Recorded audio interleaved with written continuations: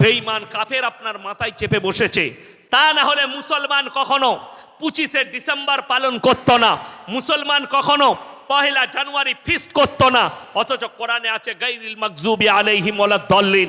মাগজুম মানে ইহুদি, দল্লিন মানে নাসারা। এই দুটো দলই পদভ্রষ্ট, আর এদের যারা অনুসারী হবে তারাও পদভ্রষ্ট হয়ে যাবে। এটা কোরআন, এটা সূরা ফাতিহার শেষ আয়াত। মাদ্রাসায় গিয়ে তাফসীরটা খুলে মুহাদ্দিসের কাছে দেখলেন, হাদিস বিচারকের কাছে দেখলেন, আপনার চোখে পানি আসবে। আপনার সন্তান 1 জানুয়ারি পালন করেছে, তার মানে সে পদভ্রষ্ট। আর তুমি মনে করছো আমি হাজী সাহেবের সন্তান, তুমি মনে করছো আমি নামাজির সন্তান, তুমি মনে করছো আমি অমুকের সন্তান। আমি যতই পাপ করি, আমার বাপের নামাজ আমাকে পার করাবে, আমার বাপের আমল আমাকে পার করাবে। হে আমার যুবক, তোমার বাপ তো একটা সাধারণ মানুষ, একজন নবী তার সন্তানের জন্য হাত তুলেছেন। পৃথিবীতে এমন একজন নবী ছিলেন যিনি নিজের চোখে নিজের সন্তানের মৃত্যু তাণ্ডব দেখেছেন। তেনার নাম হচ্ছে হযরতে নূহ নবী। চোখের সামনে নৌকার উপরে বসে আছেন, হযরতে নূহ নবীর ছেলে কেনান পানিতে ডুবে মারা যাচ্ছে। আল্লাহ এত বড় তাণ্ডব দিয়েছিলেন, আল্লাহ তাআলার কাছে হাত তুললেন নূহ নবী, লা আসিমাল ইয়াউমা মিন আমরিল্লাহ। ওগো আল্লাহ, এটা আমার ওরসজাত পুত্র, তুমি একে রক্ষা করো। আল্লাহ তাআলা ধমক দিলেন, লামিনাল খাসিরিন, হাত নামাও। যে আমাকে মানেনি, আমার নবীকে মানেনি, আমার দ্বীনকে মানেনি, তার জন্য তুমি আমার কাছে আবেদন নিবেদন করো না, লামিনাল খাসিরিন।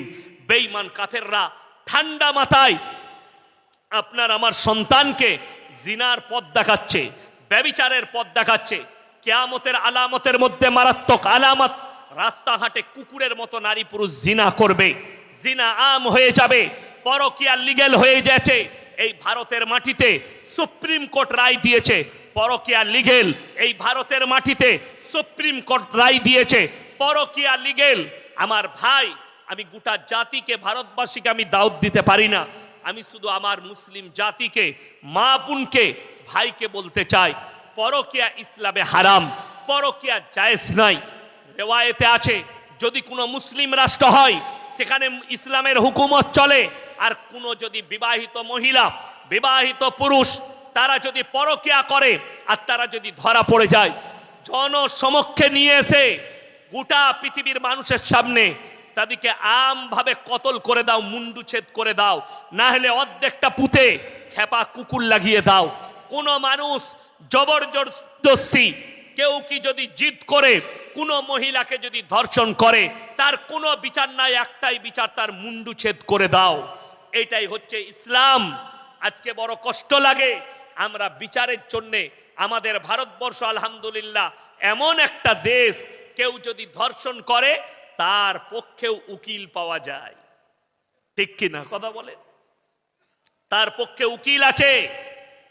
আজকে আমরা যারা মনে মনে করছি যে আমার ছেলে উকিল হবে, শুনে রেখে দেন, কোন উকিল বাবু মিথ্যা কেস, কোন যদি ধর্ষণকারী, সত্যিকারী ধর্ষণকারী হয়ে থাকে আর তাকে যদি বাঁচায় পয়সার কারণে, এই উকিল কিয়ামতের দিনে আল্লাহর কাছে হিসেব দিয়ে পেরুবার রাস্তা খুঁজে পাবে না।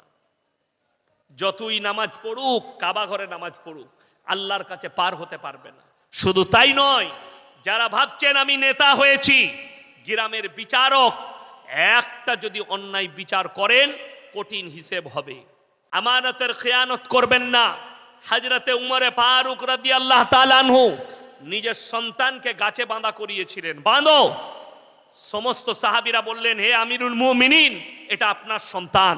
হযরতে উমর বললেন, আজকে যদি আমার সন্তান বলে ছেড়ে দাও, এর থেকেও বড় অন্যায় করার সুযোগ পাবে।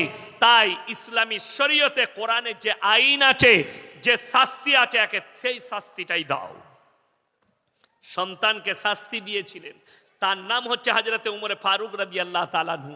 হযরতে উমরে ফারুক রাদিয়াল্লাহু তাআলা আনহু বাইতুল মাল থেকে বেতন পেতেন, বেতন পেলেন, সংসার চলছে, চলতে চলতে পুরো মাস সংসার চালিয়েছেন।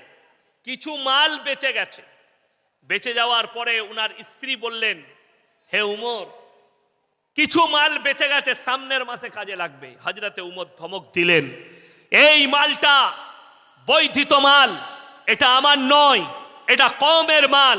বাইতুল মালে ফেরত দিতে হবে। হযরতে উমর ওই মালটা নিয়ে গিয়ে বাইতুল মালে ফেরত দিলেন সবার সামনে, আর বললেন এটা আমার কাছে বেশি চলে গেছিল, এতটা প্রয়োজন ছিল না। জোরে বলুন সুবহানাল্লাহ।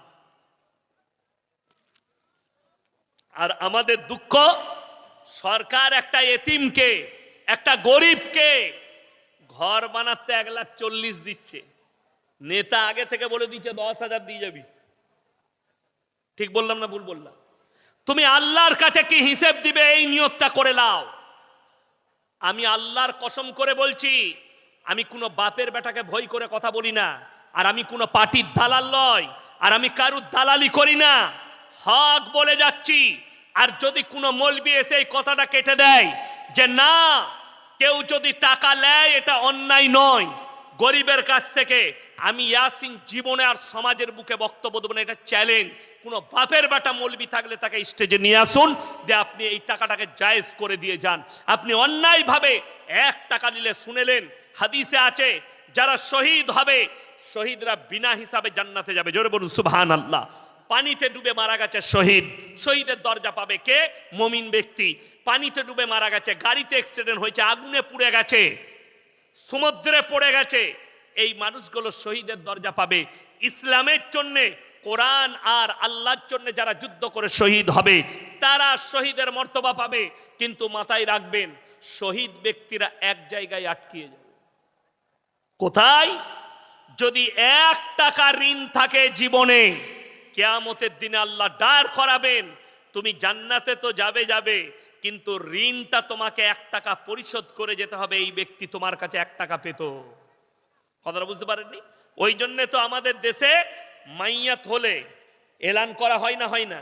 ইমাম সাহেব এলান করে, ভাই এটা অমুকের, যিনি মারা গেছেন মরহুমের এটা বড় ছেলে, তিনি ওয়াদা করছেন তিনার বাপ যদি কারো কাছে কিছু পেয়ে থাকে তো আপনারা বলবেন এ ঋণটা পরিশোধ করবে। আমাদের দেশে এত গোলমাল, জানাজার ময়দানে দাঁড়িয়ে ওয়াদা করলো, আমার বাপ যদি কোনো ঋণ করে থাকে আমাকে জানাবেন, আমি পরিশোধ করব। ওয়াদা করলিল। 1 মাস 2 মাস পরে একজন দোকানদার এসে বললেন, তোর আব্বা আমার কাছে 1,500 টাকা ধার নিয়েছিল, বলি কবরে যা বলবি, যা কবরে গিয়ে বলতে বলছে। এরকম মাল আছে না? নয়। তুমি ফেরে পড়বে, যেহেতু এতগুলো মুমিন ব্যক্তির সামনে দাঁড়িয়ে তুমি ওয়াদা করে নিজের মাথায় চাপিয়েছো ঋণটা, এরপরে তোমার আব্বা ঋণী লয়, তুমি হচ্ছে ওই ঋণের ভাগদার, তার বাপ আর থাকবে না যেহেতু। তা না হলে তুমি বলে দাও জনসমক্ষে, ভাই মুমিন ভাইরা, আমার আব্বা যদি কোনো ঋণ করে থাকে আপনারা ক্ষমা করবেন। আর ক্ষমা করা হচ্ছে মুমিন ব্যক্তিদের একটা বড় গুণ। আল্লাহ তাআলা বলেছেন, যারা মানুষকে ক্ষমা করে, মানুষকে ক্ষমা করে, আমি আল্লাহ তাদেরকে ক্ষমা করে দিই। জোরে বলুন সুবহানাল্লাহ। আপনাকে ক্ষমা করতে হবে। আমি ভাই ঋণ পরিশোধ করতে পারবো না, আমার সেই ক্ষমতা নেই, তাই আমার বাপ যদি কোনো ঋণ করে থাকে আপনারা ক্ষমা করে দিবেন। আমার বাপ যদি কারো অন্যায় করে থাকে আপনারা ক্ষমা করে দিবেন। কেন বলা হয় এই ঋণ মারাত্মক জিনিস, আল্লাহর কাছে কিয়ামতের দিনে হিসেব না দেওয়ে পেরুবার কোনো রাস্তা পাবে না। ওই জন্য ইমানদার ভাই, আপনাদিকে অনুরোধ করে বলছি, আজকে সবাই বলুন আমরা মুমিন হব। জোরে বলুন ইনশাআল্লাহ। 5 ওয়াক্তের নামাজ পড়া ফরজ না ফরজ নয়? জোরে বলুন। 5 ওয়াক্তের নামাজ পড়া কি ফরজ? ইমানদারির সঙ্গে বলুন, গোটা জয়নগর থানায় যদি সমীক্ষা করা হয় 100 জনের মধ্যে 80টা বেনামাজি বেরুবে। ঠিক বললাম না ভুল বললাম? কথা বলেন। 80টা বেনামাজি, অথচ রসুলের হাদিস, যার নামাজ নাই তার মধ্যে ইসলাম নেই। আল্লাহ তাআলা কোরআনে বললেন কিয়ামতের দিনে 2টো দল, একটা জান্নাতে যাবে আর একটা জাহান্নামে যাবে।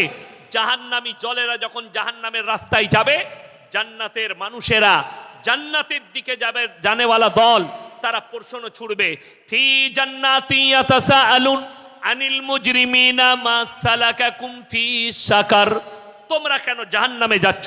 তোমরা বলতে আমরা ভালো লোক, তোমরা বলতে ভদ্র লোক, আজকে কেন তোমরা জাহান্নামে যাচ্ছ? তখন তারা উত্তর দেবে, ক্বালু লাম নাকু মিনাল মুসাল্লিন, আমরা মুসল্লিদের মধ্যে ছিলাম না, ওয়ালাম নাকু নুতিমুল মিসকিন, এবং আমরা মিসকিনকে খানা খাওয়াইতাম না। তাই আল্লাহ আমাদেরকে জাহান্নামে পাঠিয়েছে। আপনি নামাজি না হওয়ার কারণে আপনাকে সেদিনে জাহান্নামে প্রবেশ করতে হবে। আপনি নামাজি না হওয়ার কারণে আপনাকে জাহান্নামের রাস্তা অতিক্রম করতে হবে। তাই সবাই হাত তুলে বলুন, 5 ওয়াক্তের নামাজি সবাই হব, জোরে বলুন ইনশাআল্লাহ। নামাজ কিন্তু কেউ ছাড়বেন না। আপনার পরিবারকে বলুন, আপনি নিজে নামাজ পড়ুন।